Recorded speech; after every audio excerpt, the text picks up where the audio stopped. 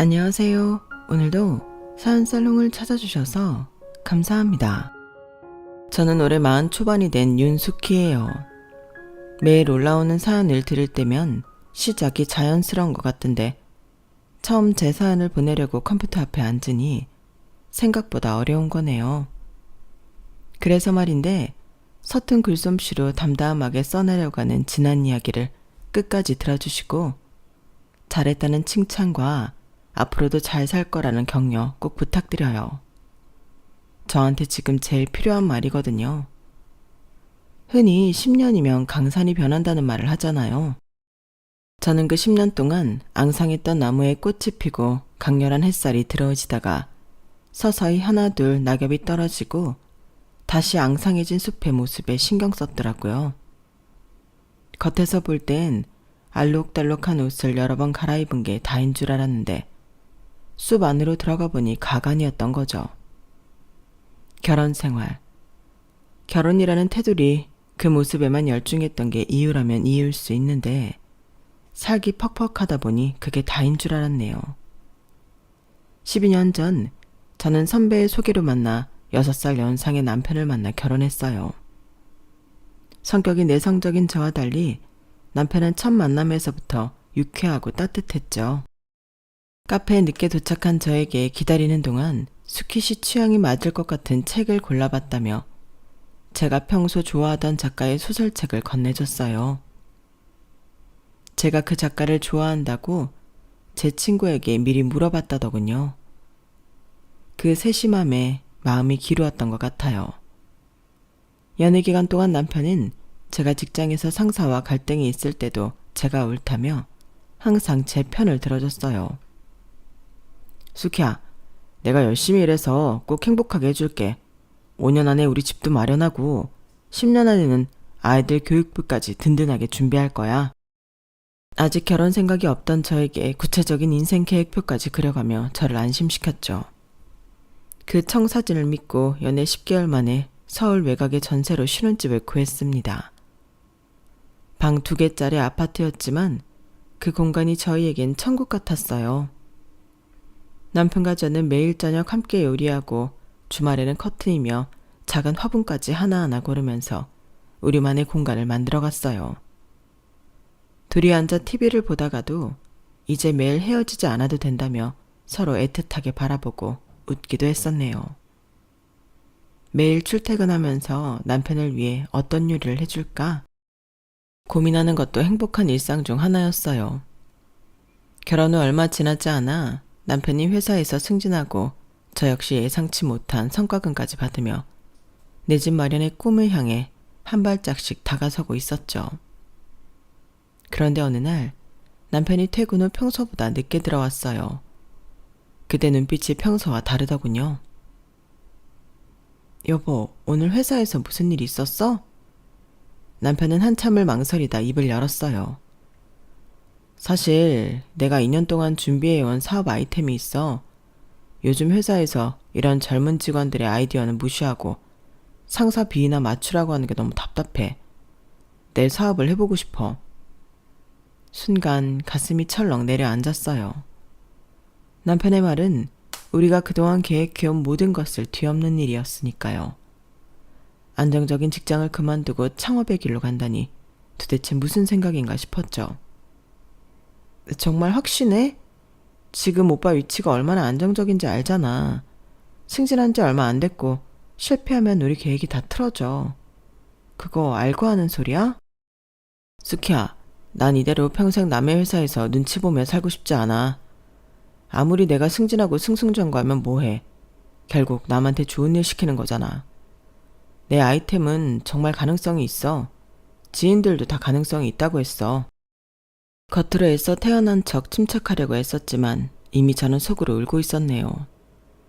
남자들은 왜 결혼 전에는 이런 이야기를 하지 않을까요? 상의 없이 함께 계획했던 모든 것을 틀어버리는 남편 때문에 만남부터 연애, 그리고 프로포즈의 순간까지 머릿속에 떠오르며 한숨만 나오더라고요.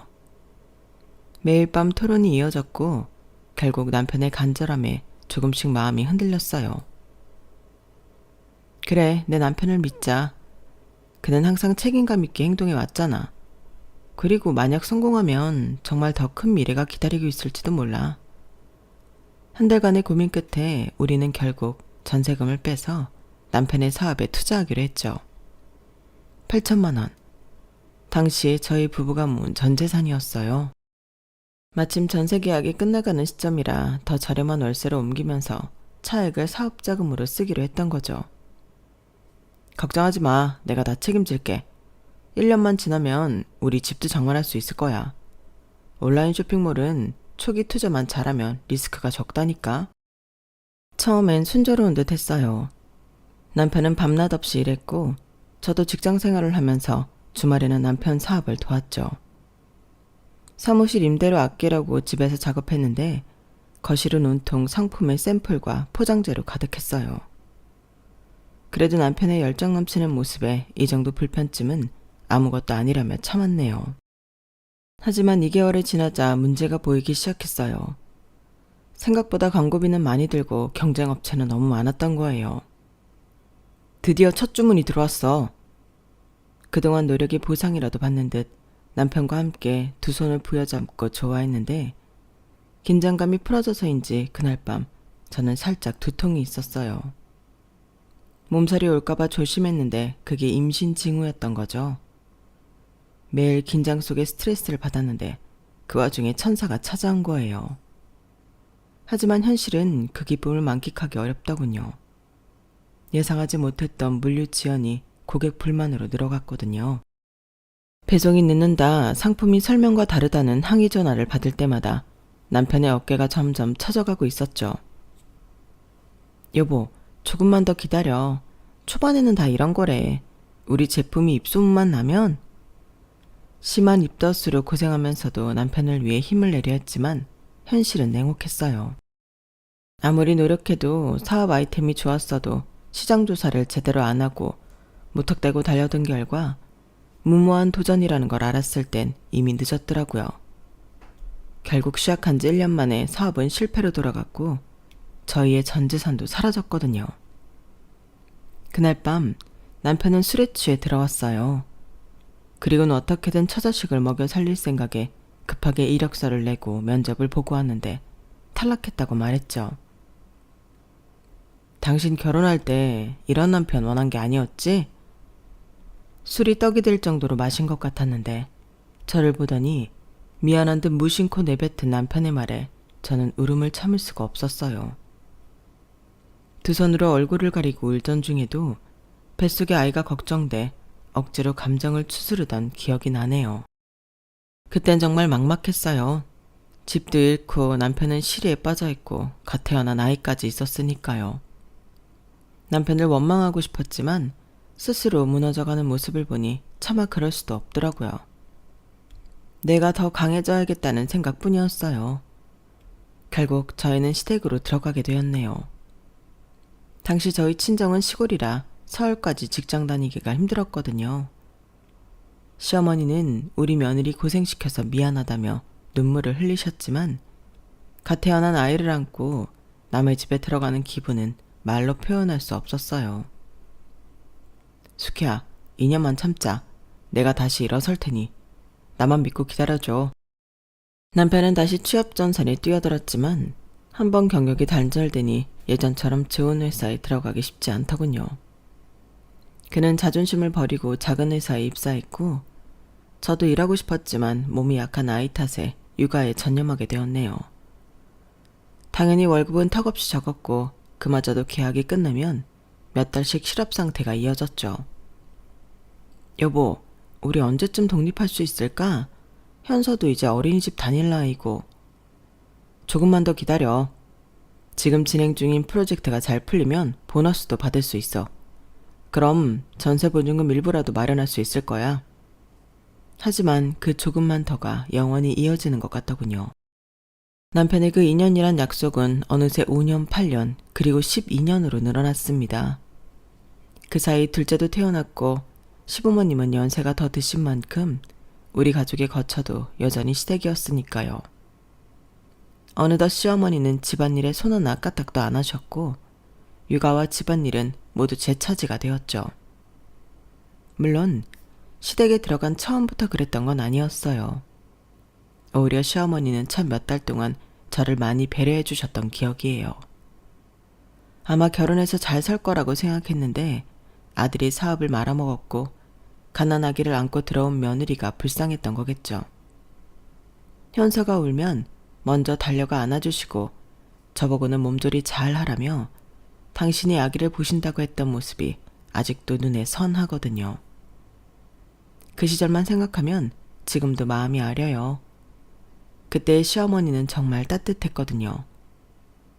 이른 아침에도 저보다 먼저 일어나 아기 기저귀를 갈아주시고 제게는 몸보신한다며 끓여주신 미역국을 떠서 드시라고 건네주셨으니까요. 그렇게 산후조리 한 달을 고생 없이 보낼 수 있었는데 어디서 일이 잘못되었을까. 다 지난 일이지만 되돌아보면 가슴 시리게 아프고 따뜻한 기억으로 떠오르네요. 어머니, 정말 감사해요. 저 혼자였으면 어떻게 했을지. 제가 진심으로 감사 인사를 드리기라도 하면 시어머니는 손사래를 치며 따뜻하게 웃으셨죠. 무슨 소리야. 네가 낳은 아이가 내 첫 손주인데. 네 자식이기도 하지만 내 손주니 내가 도와주는 게 당연하지. 산후조리 잘못하면 나중에 몸고생 더하니까 쉴 때 쉬렴. 하지만 3개월쯤 지나자 상황이 달라지기 시작하더군요. 처음엔 미묘하게 느껴졌던 변화가 점점 뚜렷해지면서 제 따뜻했던 봄날도 그렇게 서서히 가을을 지나 매서운 찬바람이 부는 겨울로 가고 있었다는 걸 그땐 미처 알지 못했네요. 어느 날 아침 현서가 붙여서 안고 있는데 시어머니가 주방에서 소리치셨어요. 숙희야, 내가 지금 나가봐야 하는데 빨래 좀 개놓으렴. 반일 멜래? 손주 볼래? 그러면 다들 반일 한다는데 내가 그 말이 무슨 말인지 알겠더라. 허리가 어찌 아픈지 몸을 숙이지도 못하겠어. 그땐 그 말이 서운하게 들리지 않았어요. 그만큼 많이 봐주신 덕분에 저도 빠르게 출산 전 컨디션으로 돌아왔거든요. 오히려 제 몸이 빠르게 정상 컨디션을 찾은 만큼 어머니를 힘들게 한 것 같아 죄송한 마음도 있었죠. 그런데 그런 일이 하루로 끝나는 게 아니더라고요. 아침밥 준비는 숙희 네가 하는 게 좋겠다. 이제 조금 있으면 애 이유식도 먹이고 밥도 챙겨 먹어야 하는데 해봐야 실력도 늘지. 안 그래? 그러시더니 또 며칠 뒤에는 그러시더라고요. 오늘은 청소기만 돌리지 말고 물걸레질도 좀 하고 그래. 청소기만 돌리니까 바닥에 먼지가 그대로잖아. 매일은 어렵더라도 2, 3일에 한 번은 물걸레질 해줘야 애 기관지에도 좋은 거야. 알지? 그렇게 하나씩 집안일이 제게 넘어왔어요. 남편이 출근하고 시아버지도 나가시면 집에는 저와 시어머니 그리고 아기만 남았죠. 처음에는 시어머니가 하나 둘 이유를 대시며 지시하는 일만 했는데 어느새 제가 모든 집안일을 도맡아 하고 있더라고요. 아침부터 저녁까지 빨래, 청소, 설거지에 아기 돌보기까지. 시어머니는 TV만 보시거나 친구분들과 약속이 있다며 외출하시는 게 어느덧 일상이 되더라고요. 제가 현서를 안고 청소기를 돌리다 보면 세탁기가 다 된 지 한참 지난 적도 있었어요. 그럴 때면 이런 말씀도 하시더라고요. 세탁기 다 되면 빨래부터 널어야지.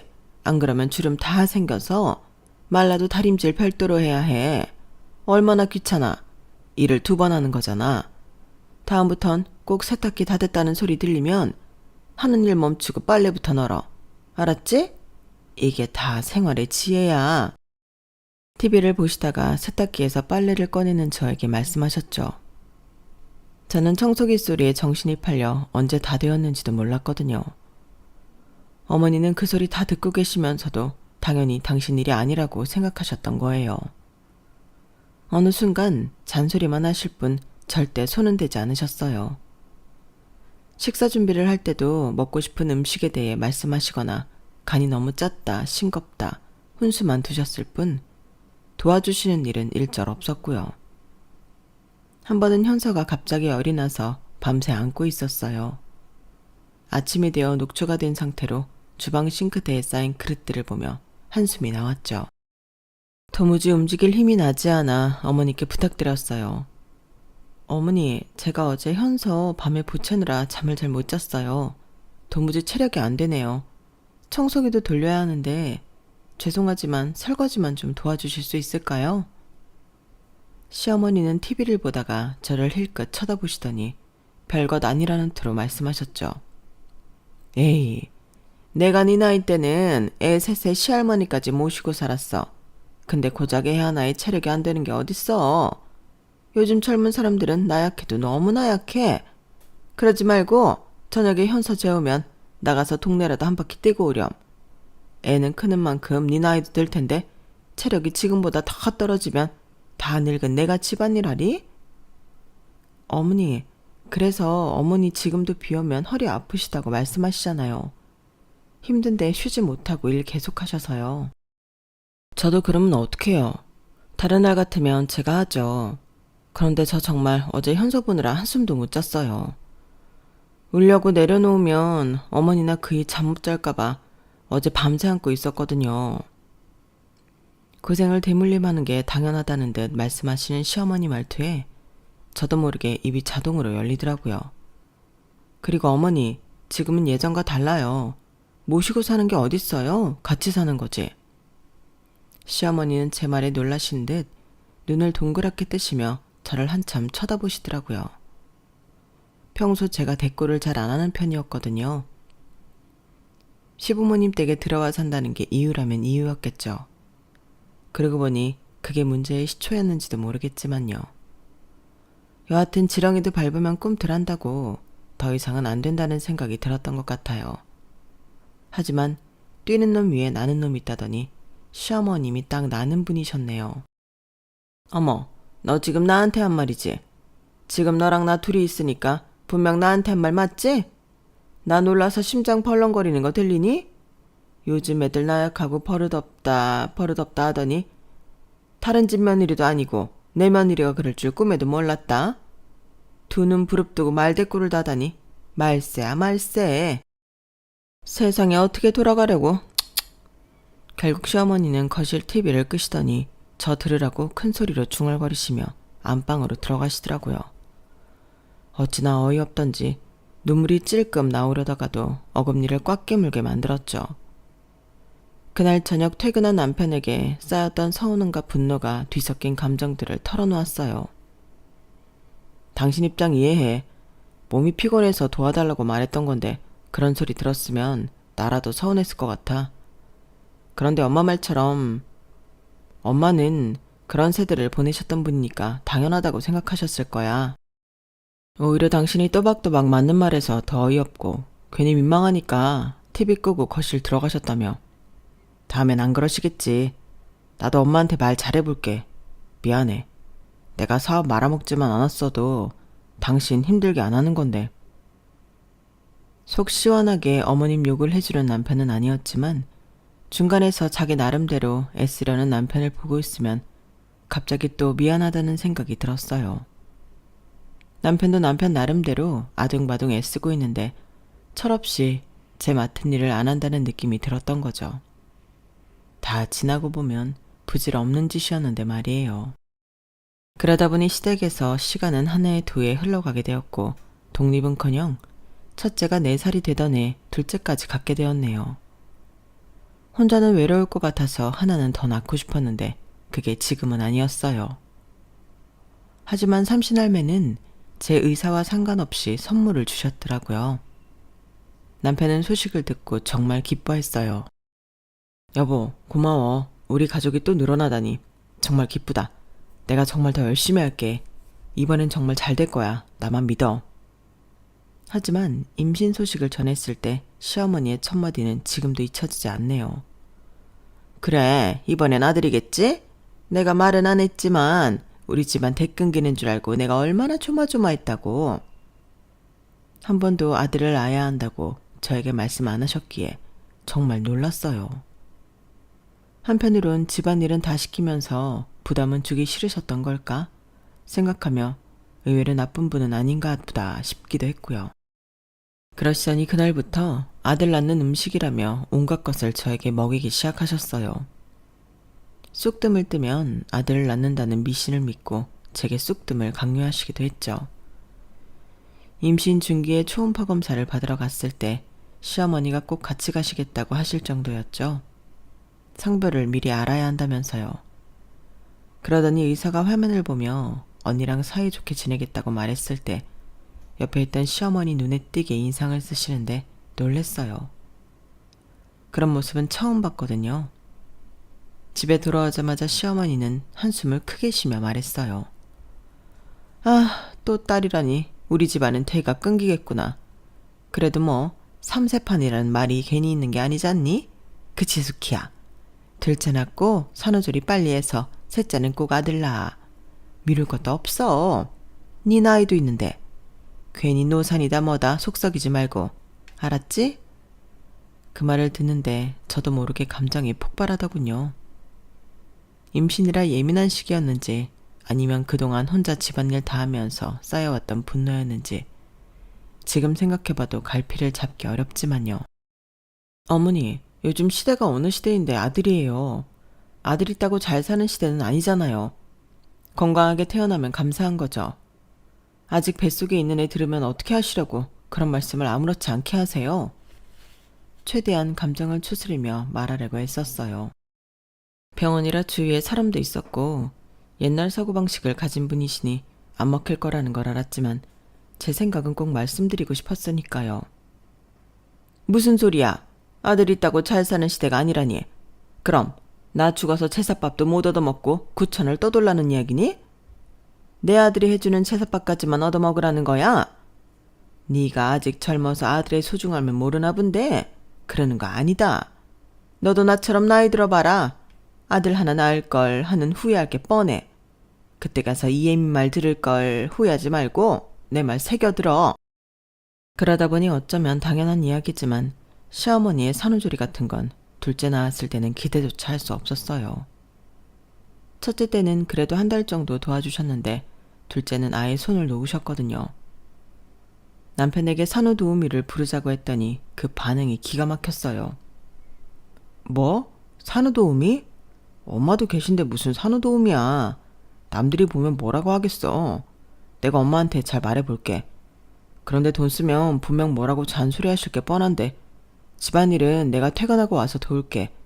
현사는 낮에 어린이집 가고 그렇게 힘들 것 같지도 않구만. 어이없는 신랑 반응에 내가 지금까지 살붙이고 살던 사람 맞나 싶더라고요. 엎친 데 덮친 격이라고 시어머니는 더 하셨네요. 요즘 젊은 사람들 참 하여튼 손 하나 까딱 안 하고 편하게만 살려고 해. 산후도우미 부르는 거 너무 사치야. 우리 때는 상상도 못했어. 그리고 남들이 보면 뭐라고 하겠니? 시어머니 있는데 산후도우미 부른다고? 뒷담화 엄청 나올 텐데. 산후조리가 뭐 별거야? 뜨끈한 방에 누워서 미역국만 먹으면 되는데 배고프다고 젖주는 게 뭔 일이야? 집안일? 의사도 가만히 누워있으면 오히려 안 좋다고 TV에서 나와서 말하더만. 쉬면서 청소기 돌리고 그러는 거지. 하여튼 어떻게든 돈 벌 생각은 안 하고 돈 쓸 궁리만 하고. 그 순간 뭐랄까 제 안에 무언가가 툭 끊어지는 느낌이었어요. 남편에게 뭐라도 말해봤자 소용이 없다는 걸 깨달았죠. 말보다 행동이라는 생각이 들었어요. 그래서 아무것도 안 하기로 했어요. 그냥 정말 아무것도요. 다음 날부터 저는 오로지 둘째만 안고 있었죠. 밥하라는 소리에 대꾸도 안 했고 당연히 빨래, 청소, 설거지, 장보기 모든 집안일에서 완전히 손을 뗐어요. 현서는 어린이집에 가고 저는 그냥 방에서 아기만 돌봤어요. 첫날은 아무도 뭐라 하지 않았어요. 당신들이 한 말이 있으니 나와서 이래라 뭐해라 말하기 민망했겠죠. 그런데 오래 못 가더라고요. 둘째 날 시어머니가 주방에서 소리치시더라고요. 수키야, 설거지가 산더미처럼 쌓였는데 좀 치울래? 저는 무덤덤하게 대답했어요. 어머니, 저 지금 아기 젖 먹이고 있어요. 3시간 뒤에도 비슷한 상황이 반복됐죠. 수키야, 빨래 좀 돌리자. 파구니가 넘치겠다. 어머니, 지금 아기가 잠들었어요. 저도 지금 아니면 또 못 자요. 잠깐 한숨 잘게요. 그렇게 이틀 사흘이 지나자 집안은 엉망이 되었고 시어머니는 어쩔 수 없이 집안일을 하기 시작했어요. 퇴근한 남편도 놀란 눈으로 저를 쳐다봤죠. 여보, 몸이 많이 안 좋아? 오늘도 방에서 밥 먹을 때만 나오고 안 나왔다며. 몸이 좋고 말고가 어딨어. 하루 종일 애 기저귀 갈고 젖 먹이고 하다 보면 하루가 다 가는데. 게다가 현서 어린이집 데려다주고 데려와서 씻기고 밥 먹이고 자기 전까지 놀아주면 몸이 10개라도 모자랄 판이야. 남편은 무언가 말하고 싶어하는 눈치였지만 저도 모르쇠로 일관하며 주구장창 힘들다는 말만 하니 아무 말도 못하더라고요. 그렇게 일주일이 지났을 무렵 더 이상 안 된다고 판단했는지 남편이 말하더라고요. 가사 도우미 알아봐야겠다. 이러다 집안꼴이 말도 아니겠어. 엄마도 많이 힘들어하시고. 시어머니는 못마땅하신지 눈에 쌍심지를 켜고 계셨지만 더 이상 말씀하시진 않았어요. 남편이 못 이기는 척 가사 도우미를 부르지 않는다면 당분간 집안일은 어머니 차지가 될 거라는 걸 너무 잘 알고 계셨으니 말리고 싶지 않으셨겠죠. 돈이 아깝다고 계속 궁시렁대셨지만 그 돈 아끼려고 집안일을 하기 시작하면 앞으로도 해야 할지 모른다는 두려움이 계셨을지도 모르고요. 가사 도우미가 온 한 달 동안은 정말 천국이었어요. 온전히 아이에게만 집중할 수 있었거든요. 그동안 제가 얼마나 많은 일을 하고 있었는지 새삼 실감했죠. 도우미 아주머니도 그러시더라고요. 이 집은 일이 참 많네요. 보통 가사 도우미 10년인데 해도 이 집은 일이 끝나질 않아. 새댁 힘들었겠어.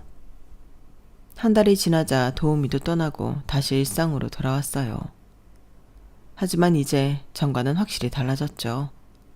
다른 건 모르겠지만 제 마음가짐이 전과 달라진 걸 느꼈거든요. 더 이상 혼자 짊어지지 않겠다는 다짐이 생겼으니까요. 무엇보다 더 이상 남편을 믿고 기다리면 안 될 것 같다는 생각이 들었어요. 시댁에 들어온 이후 재택으로 할 수 있는 아르바이트를 꾸준히 했지만 큰 수익은 없었죠. 그래도 조금씩 돈이 모인다는 생각에 밤새 잠을 줄이고 한 푼 두 푼 모았지만 이젠 집 밖에서 돈을 모아야겠다는 생각뿐이었어요. 시어머니는 제가 일한다고 낮에 나가기 시작하자 또 한바탕 잔소리를 하시더라고요. 애도 어린데 무슨 일이야. 집에서 애나 잘 키워. 며느리가 돈 벌겠다고 나가면 이 집은 누가 돌보고. 내가 나이가 몇인데 며느리 놔두고 집안일 하라고? 게다가 아들까지 있는데? 나가서 고작 몇 푼 번다고 집안을 이 모양 이 꼴로 만들겠다는 거야? 괜히 고생하지 말고 내가 아침은 간단히 토스트라도 준비할 테니 나머지는 원래 하던 대로 숙히 네가 해. 됐지? 이제 속 시원하지? 시어머니는 인심 쓰듯 말하셨죠. 하지만 저는 꿋꿋하게 밀어붙였어요. 남편에겐 우리들이 돈을 벌면 더 빨리 독립할 수 있다고 설득했고 시어머니에겐 요즘은 맞벌이가 대세라고 제가 벌면 용돈도 더 많이 드릴 수 있다며 어르고 달랬네요. 그렇게 본격적인 일을 시작했지만 경력이 단절되어 제대로 된 직장을 다닐 수는 없었죠. 낮엔 카페에서 알바하고 애들이 자는 밤에는 재택으로 문서 작업을 했어요. 주말에도 쉬지 않고 일했고요. 정말 눈코 뜰 새 없이 바빴지만 이상하게도 마음은 편했어요. 시댁에서 온종일 시어머니 눈치만 보는 것보다 차라리 일하는 게 낫다는 생각이 들었거든요. 물론 애들이 눈에 밟혔지만 언제까지 지금의 고생이 훗날 우리 가족의 행복을 찾아줄 거라는 믿음 하나로 앞만 보고 달리기 시작했네요. 시간이 좀 지났을 무렵 남편이 돈을 벌기 시작했지만 분가는 여전히 먼 나라 이야기더군요.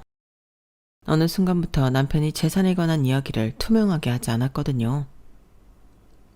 여보, 우리 얼마나 모았어? 이제 슬슬 독립할 때가 된 것 같은데. 우리가 버는 돈으로 생활비 쓰고 엄마에게도 드리고 애들 교육비 내고 나면 얼마 안 남아. 좀 더 참자. 생활비 명목으로 어머님께 얼마를 드린다며 남편은 점점 더 재정 상태를 숨기기 시작했어요. 그때 깨달았죠. 내가 스스로 살 길을 찾아야 한다고. 그리고 더 악착같이 모으기 시작했어요. 그러다 우연히 남들 다 자는 한밤중에 카페 청소일을 알게 되었는데 생각보다 꽤 많은 돈을 벌 수 있더라고요. 쉬는 날이 없는 만큼 힘들었지만 11시에 나가 새벽 6시에 집에 올 때까지 쉬지 않고 일을 하면 가게 3군데는 고정으로 할 수 있었고 그 돈이 꽤 쏠쏠했어요. 친정엄마는 돈이 되는 건 제 수명을 깎아먹기에 그런 거라며 만류했지만 통장에 쌓여가는 잔고를 보면 위안이 되더라고요. 지금 다시 그때로 돌아가 할 수 있냐고 묻는다면 당연히 못한다고 할 것 같아요. 그런데 그땐 분가라는 목표 하나에 저를 갈아 넣어도 아쉽지 않다고 생각했던 것 같아요. 그만큼 절실했으니까요. 그렇게 어느덧 시계득이 들어온 지 12년의 시간이 흘렀더라고요. 갓 태어났던 첫째는 어느덧 초등학교 졸업을 앞두고 있었죠. 처음 1년엔 재택으로 50만 원도 모으기 힘들었는데 어느 순간 5천만 원, 1억, 눈덩이처럼 불어나더라고요. 종잣돈이 무섭다더니 절실했던 제 마음을 하늘이 알아주셨는지 투자했던 수익도 있었고 월급에서 한 푼도 쓰지 않고 고스란히 모았더니 분가해도 될 만큼 돈이 모였죠. 무려 5억이라는 돈 말이에요. 목표한 돈을 확인했을 때 그 느낌은 솔직히 아이들을 낳았을 때보다 더 짜릿했던 것 같아요. 더 이상 시어머니 눈치를 보지 않아도 된다는 생각, 나도 할 수 있다는 믿음, 세상이 다 내 것이 된 것처럼 기뻤으니까요. 시댁에 들어온 지 12년, 드디어 5억이라는 돈을 모았고 모든 계획이 순조롭게 진행되는 듯 했어요. 이제 남편에게 분가 이야기를 꺼내야 할 시간, 막상 말하려니 가슴이 쿵쾅거리더군요. 왠지 이야기를 개인적으로 꺼내면 또 후일로 미루겠지 싶어서 과감하게 저녁 식사 자리에서 말했어요. 여보, 그리고 어머님, 아버님, 제가 드릴 말씀이 있어요. 저희 이제 분가하려고 해요. 갑작스러운 제 말에 남편은 젓가락을 떨어뜨렸고 시어머니는 눈을 동그랗게 뜨셨어요. 뭐? 분가? 무슨 돈으로? 우리가 돈이 어디 있다고 그래. 그래, 당신 마음 알았어. 이따 얘기해. 이따 언제? 그게 벌써 12년이야. 그동안 내가 번 돈으로 전세자금 모았어. 이제 분가할 때 됐어. 시어머니는 숟가락을 내려놓으며 한숨을 깊게 내쉬었어요. 무슨 분가야? 이제 서로 좀 익숙해져서 샬만한데. 뜬금없이 무슨 소리야? 절대 안 돼. 시아버지도 눈살을 찌푸리셨죠. 한 집에 있으니 손주들 얼굴 매일 볼 수 있어 좋은데 가려거든 멀리 가지는 마라. 이 동네에서 살아라. 시어머니는 마치 못 들은 척하며 말을 이어가셨어요. 가긴 어딜 가? 못 들은 소리로 할게. 또 집안일 때문에 그래? 힘들면 일하는 사람 주위에 한 번이나 부르든가. 잘 살다 며느리가 시댁에서 나간다고 하면 쫓아냈다고 동네 사람들 말 나와. 요즘 일한다고 집안일로 설렁설렁하면서 이러는 거 아니다. 아니나 다를까 어느 누구도 찬성한다는 사람이 없더라고요. 그날 저녁 침대에 누워있는데 남편이 물었어요. 분가하면 어디로 갈 건데? 아직 정확히는 모르겠어. 그냥 우리끼리 나가서 살고 싶어. 12년 동안 남의 집에서 눈치 보며 산 것 같아서. 남편은 한동안 말이 없더니 한숨을 쉬며 말했어요. 알았어. 살고 싶은 동네 있으면 가서 집 봐. 마음에 드는 데 생기면 말해. 그때 같이 가서 볼게. 제 귀를 의심했어요. 아까 다르게 이렇게 쉽게 허락할 줄은 몰랐거든요. 아마도 남편도 분가의 필요성을 느끼고 있었나 봐요. 아니면 제가 진짜 독립할 거라고는 생각하지 않았던 건지도 모르겠고요. 그날부터 열심히 집을 보러 다녔어요. 첫째 아이의 중학교 진학도 고려해야 했기에 학군이 좋은 곳을 중심으로 알아봤죠. 인터넷으로 매물을 검색하고 휴일이면 부동산을 돌아다니며 집을 봤어요. 2주 정도 지났을 무렵 시어머니가 갑자기 물으셨어요. 그래서 마음에 드는 집은 구했니? 몇 군데 있는데 아직 모르겠어요. 큰애 중학교도 생각해야 하니까 더 복잡하네요. 시어머니는 고개를 끄덕이셨어요. 그래, 이사 계속 다니는 것도 일이니까 이왕이면 애들 학교도 좋은 데로 가는 게 맞지. 한 달이면 이사 가나? 집 구해지면 이삿날 잡아봐야 알겠지만 빠르면 한 달, 늦어도 2달이겠죠.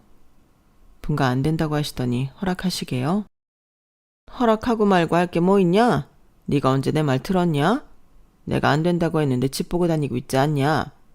하고 싶은 거 하는 상전 며느리니 어차피 분가할 것 같아 물어본 것 뿐이야. 속으로 웃음이 났어요. 미운 정도 정이라고 내심 시원섭섭하신가 보다 생각했죠. 그러다 드디어 마음에 드는 집을 찾았어요. 초등학교와 중학교가 도보 5분 거리에 있는 아파트였죠. 남편에게 보여줬더니 좋다고 동의했고요. 그렇게 5억으로 전세 계약을 했어요. 오래된 아파트에 복도식이라 방도 2개고 남들이 보면 별것 아니라고 생각하겠지만 저에겐 어떤 궁전보다 근사하게 느껴졌죠. 계약금을 치르고 나니 마치 구름 위를 걷는 듯한 기분이었고요. 한 달이라는 시간을 어떻게 보냈는지 모르겠어요. 매일 콧노래를 부르며 손꼽아 기다렸는데 시간이 참 더디게 가는 느낌이었거든요. 그렇게 이삿날이 다가왔어요. 휴가 못 내서 미안해. 거래처 들렀다 가야 해서 일정을 맞출 수 없었어. 요즘 이삿짐센터 잘 되어 있으니 어렵지 않을 거야. 수고해. 혼자 이사해야 하는 게 내심 서운했지만 크게 개의치 않았어요. 어차피 제가 추진한 분가였으니까요. 그렇게 저는 마지막 짐을 챙기고 시어머니께 인사를 드리자 의외로 싱글벙글 웃으시더군요. 가서 잘 살아라. 그 미소가 왠지 모르게 어색했지만 그때는 깊게 생각하지 않았어요. 드디어 꿈에 그리던 분가였으니까요. 설레는 마음으로 이삿짐 센터 직원들보다 먼저 이사할 집에 도착했어요. 그리고 현관 비밀번호를 눌렀는데 이상하게 작동하지 않았어요. 이상하다? 분명 비밀번호 맞는데? 다시 한번 천천히 눌러봤지만 역시 안 열렸어요. 그때 집 안에서 소리가 들리더니 문이 열렸어요. 낯선 여자가 서 있었죠? 무슨 일이신데 남의 집 비밀번호를 누르세요? 순간 당황해서 말을 더듬었어요. 아, 저 오늘 새로 이사 오는 사람인데요. 혹시 아직 이사 안 가신 건가요? 무슨 소리예요? 저희가 어제 이사 왔는데요. 네? 그럴 리가 없는데. 여기 맞나요? 센트럴 아파트 315동 1102호. 다 맞아요. 저희 어제 이사 왔다니까요. 무슨 일인지 모르겠지만 경찰에 신고하기 전에 가세요. 당황스러워서 얼른 문을 닫고 나왔어요. 곧바로 남편에게 전화했지만 받지 않았죠. 2번, 3번, 10번. 계속 전화했지만 남편은 끝내 받지 않았어요. 그새 도착한 이삿짐센터 직원들은 어리둥절해하면서 짐을 어디에 내려놓아야 할지 물었어요. 당장 짐을 풀 곳이 없었기에 일단 시댁으로 돌아가자고 했어요. 머릿속이 하얘지며 눈앞이 캄캄했죠. 시댁에 도착했을 때 현관문이 열려 있었어요. 거실이 소란스러웠는데 누가 왔는지 큰 소리로 말이 오가고 사람이 들어왔는데도 모르고 말하더라고요. 거실에 낯선 여자가 앉아 있었어요. 배가 남산만큼 불러 있었죠. 그 옆에는 제 남편이 앉아 있었어요. 시어머니도 함께요. 시어머니는 임신한 여자의 손을 잡으며 웃음을 짓고 계셨죠. 이게 다 인연인가 봐. 우리 집 대가 끊기는 줄 알았는데 이렇게 복덩이가 우리 집에 왔어. 이 얘기 뱃속에 우리 아들씨가 들었다니까. 내가 지금 죽어도 여한이 없네. 어떻게 쫓아내나 걱정했는데 내 며느리가 되려고 그랬나? 지발로 나간다는데 내가 말릴 틈도 없이 이렇게 딱딱 맞아 떨어지다니. 이제 우리 집에 좋은 일만 생기려나 봐. 이제 2억 꽁돈 생겼으니 그걸로 2층 리모델링하고 들어와. 내가 손 하나 깠다가 안 해도 되게 산후조리 제대로 해줄 테니까 걱정 말고. 순간 피가 거꾸로 솟는 기분이었어요. 그동안 쌓였던 모든 감정이 폭발했죠. 이러려고 내가 분가한다고 할 때 다들 못 이기는 척 분가하라고 등 떠밀었던 거예요? 시어머니는 눈을 동그랗게 뜨더니 코웃음을 쳤어요. 입은 삐뚤어져도 말은 바로 하랬다. 언제 내가 등 떠밀었어? 나가고 싶어 안달하던 거 아니었니? 나도 우리 집 싫다는데 내가 붙잡을 이유 없잖니. 근데 날 쫓아내는 사람처럼 말하네? 그리고 우리 집 대도 이어준다는데 마다할 이유 없잖아. 안 그래? 호박이 넝쿨채 굴러 들어왔는데 막말로 네가 이 집 대를 이었니? 시부모 공양을 제대로 했니? 그렇다고 부부 사이가 좋은 것도 아니고. 이 여자 들어앉히려고 지금까지 피같이 모은 내 돈 중도금 2억을 그렇게 날린 거예요? 나 내쫓고 이 집 리모델링해서 살려고? 시어머니도 결국 이 계획에 가담하신 거네요. 말 조심해. 빼돌리긴 뭘 빼돌려. 사실 당신이 번 돈이면 내가 번 돈이나 마찬가지인데 내가 내 돈 찾아 쓰겠다는데 뭐가 잘못됐어? 그런데 순간 예상치 못한 사람들이 거실로 들어왔어요. 경찰이었죠. 그리고 제 변호사님도요. 김철수 씨, 사기 횡령, 문서 위조 혐의로 체포합니다. 이건 무슨 소리야? 그건 경찰서 가서 이야기해. 검찰도 그렇게 생각하는지 어디 한번 보자고. 경찰이 남편을 연행하는 동안 저는 가방에서 서류 한 뭉치를 꺼냈어요. 예전보다 사업이 잘 될 것 같다고 매일 늦게 들어온다더니 사업이 아니라 연애를 하고 있었더라? 그것도 유부남이? 아주 애간장이 녹던데? 눈이 동그래진 시어머니와 당황한 내연녀를 향해 차분히 말했어요. 법원에 이혼 소송과 함께 재산분할 청구했어. 내 명의의 재산은 당연히 다 가져가고 당신 명의의 재산 절반, 그리고 외도와 사기 행각에 대한 위자료 청구까지 하나도 빠짐없이 할 거야. 그리고 어머님, 민법 839조 2에 따라 혼인 중 육아와 가사노동에 대한 기여분도 인정받을 거예요. 12년 동안 무보수로 일한 가사노동자로서의 시간 가치도 계산해서요. 내연녀는 놀란 표정으로 자리에서 일어나려 했어요. 하지만 제가 손을 들어 제지했죠. 그리고 당신에게도 청구할 거야. 그러니까 돈 준비해야 할 거야. 시어머니는 시퍼렇게 변한 얼굴로 소리쳤어요. 이게 다 무슨 소리야? 어디서 헛소리를 짓거려? 어머님, 헛소리 아니고 사실이에요. 그나저나 저한테 줄 돈도 돈이지만 이사 준비 하셔야겠던데요. 이 사람이 사업한다고 몰래 이 집 담보대출 받은 거 알고 계셨어요? 이자가 꽤 밀렸던 것 같던데. 기한 넘기면 경매로 넘어간다는 소리도 있고. 시어머니 얼굴이 하얗게 변하시더니 뒷목을 잡고 그대로 쓰러지셨죠. 내연녀는 상황이 안 됐다고 생각했는지 황급히 일어나 도망치려다 넘어져 배를 부여잡았고요. 남편은 오해가 있는 것 같다고 말했지만 결국 경찰서로 가게 되었고 저는 변호사와 함께 그 자리를 떠났죠. 사실 저는 몇 개월 전부터 모든 것을 눈치채고 있었어요. 남편이 퇴근해서 이것저것 정리하는데 서류 가방에서 웬 초음파 사진이 한 장 나오더라고요. 이게 뭐야? 아, 회사 신입이 출산휴가 미리 쓴다길래 임신을 해야 출산휴가를 쓰는 거라고 말했더니 자기가 임신했다고 가져왔어. 회사에 둔 줄 알았는데 떨어져 가방에 들어갔나 보네. 하여간 요즘 MZ세대 무섭다니까. 그런가 보다 하고 별 의심 없이 그냥 넘어갔는데 며칠 뒤 남편이 넌지시 물어보는 거예요. 당신은 입덧 없지 않았어? 왜? 아니 그냥 TV 보니까 입덧 심해서 밥 못 먹는다는 여자들도 있던데 유난인가 싶어서. 그때 뭐지? 하는 생각이 들었어요. 왜 여자 촉 있잖아요. 애 둘을 임신했을 때도 궁금해하지 않던 입덧. 그걸 이제야 묻는다는 게 아무래도 이상했죠. 남편이 잘 때 차키를 몰래 가져와 블랙박스를 확인했더니 낯선 여자와 함께 차에 타는 모습이 찍혀 있었어요. 차 안에서 히히덕거리는 소리도 녹음되어 있었고요. 어이가 없었지만 바로 행동하지 않고 그때부터 차근차근 이혼 준비를 시작했어요. 변호사를 찾아가 법적 대응책을 마련했죠. 지금까지 살았던 게 억울해서라도 쉽게 이혼 서류에 도장 찍고 싶지 않았거든요. 그렇게 분가 준비를 하고 반격을 생각할 때 남편이 결정적인 순간을 제시하더라고요.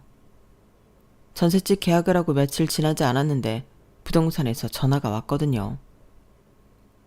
사모님, 왜 이사 안 해요? 아무리 그래도 계약금 5천만 원이 위 집 개 이름도 아니고. 그게 무슨 말이세요?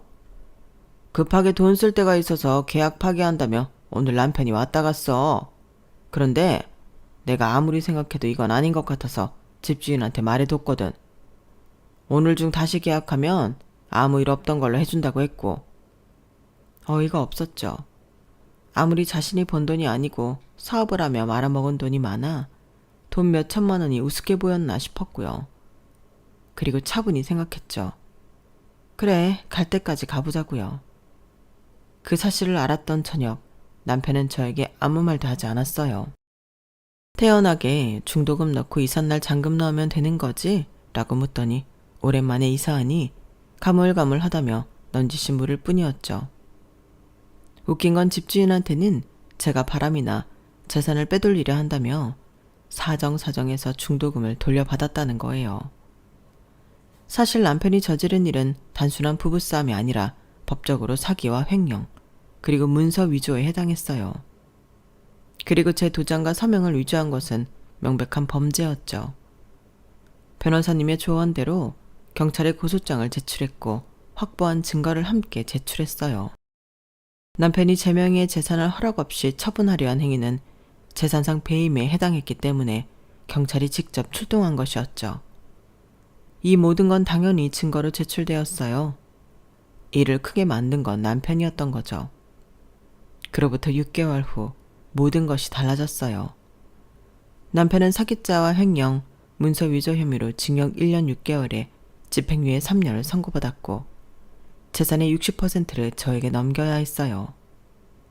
가사노동과 육아에 대한 기여도를 법원이 인정해준 덕분이었죠. 게다가 외도에 대한 위자료와 양육비까지 지불해야 했고요. 내연녀는 아이를 낳자마자 도망갔다고 해요. 남편 재산이 대부분 없어진 걸 알고는 더 이상 기대할 게 없다고 판단했나 봐요. 아이는 시어머니가 키우게 되었죠. 시어머니는 남편이 몰래 담보대출을 받은 집이 결국 경매로 넘어가 자리에 나앉게 되었어요. 시아버지도 충격으로 쓰러지셨다고 하더군요. 저는 그동안 카페 청소로 쌓은 경험을 살려 클리닝 서비스 회사를 창업했어요. 아직 안정적인 수익을 내려면 몇 달 더 해봐야 알겠지만 내 일을 한다는 자부심에 매일 눈 뜨는 게 즐거워요. 딸들은 더 이상 할머니의 잔소리를 듣지 않아도 되어 행복해했어요. 첫째는 중학교에 입학해 새 친구를 사귀었고 둘째는 초등학교에서 잘 적응하고 있었죠. 그리고 이젠 제 명의로 된 18평 아파트에서 지내요. 그동안 모은 돈의 위자료를 받으니 작은 평수 아파트는 살 수 있겠더라고요. 물론 대출 조금 껴서요. 그래서 저 요즘 너무 행복해서 어디라도 자랑하고 싶었어요. 앞으로도 저 잘해갈 수 있겠죠? 제 이야기는 여기까지입니다. 들어주신 분들 모두 행복하시고 부자 되세요. 여러분, 사연 댓글에 응원과 현명한 조언 부탁드려요. 좋아요와 구독은 저에게 큰 힘이 됩니다. 오늘도 좋은 일 가득하세요.